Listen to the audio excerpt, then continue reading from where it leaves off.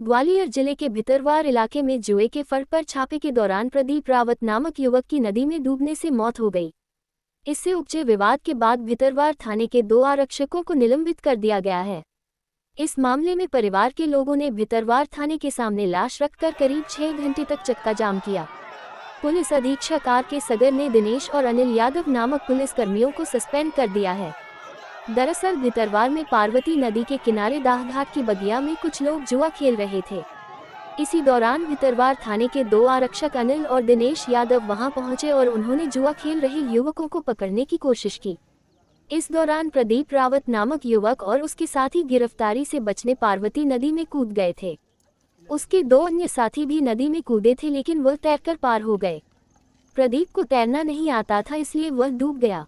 बाद में प्रदीप के साथ नदी में कूदा युवक थोड़ी देर बाद लौटकर आया और उसने प्रदीप की चप्पल नदी किनारे रखी देखी। उसने बताया कि पुलिसकर्मी प्रदीप को डूबता हुआ देखते रहे, लेकिन उन्होंने उसे बचाने की कोशिश नहीं की। इसी बात को लेकर भितरवार थाने के सामने परिवार के लोगों ने प्रदीप की लाश रखकर 6 घंटे तक का चक्का जाम किया। घटना की जानकारी मिलते ही एडिशनल एसपी निरंजन शर्मा वहां पहुंचे और उन्होंने इस मामले की जांच के साथ ही दोनों पुलिसकर्मियों को निलंबित करने के आदेश दिए। इसके बाद मामला किसी तरह शांत हुआ। दरअसल पार्वती नदी के किनारे बगिया में कुछ लोग ताश खेल रहे थे। इतने में पुलिसकर्मी वहां आ गए और उन्होंने लाठी चलाकर जुआरियों को पकड़ने की कोशिश की, तभी गिरफ्तारी से बचने के लिए वो नदी में कूद गए। बाद में प्रदीप रावत का शव पार्वती नदी के किनारे दूसरे दिन सुबह तैरता हुआ मिला। इसके बाद घर वालों का आक्रोश बढ़ गया।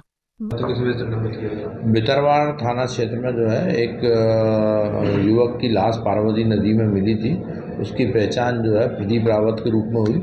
उनके परिजनों ने द्वारा जो है उसको लेकर चक्का जाम कर दिया था और परिजनों की शिकायत, गंभीर प्रकृति की शिकायत की थी उन्होंने पुलिस आरक्षक और एक प्रधान आरक्षक और आरक्षक के संबंध में। इस संबंध में जो है गंभीरता देखते हुए, शिकायत की गंभीरता देखते हुए दोनों को अभी तत्काल निलंबित किया गया और इस संबंध में जांच की जा रही है। जांच पर से जो तथ्य आएंगे उसके आधार पर वैधानिक कार्रवाई की जाएगी। क्या पूरा मामला, तो वजह क्या थी?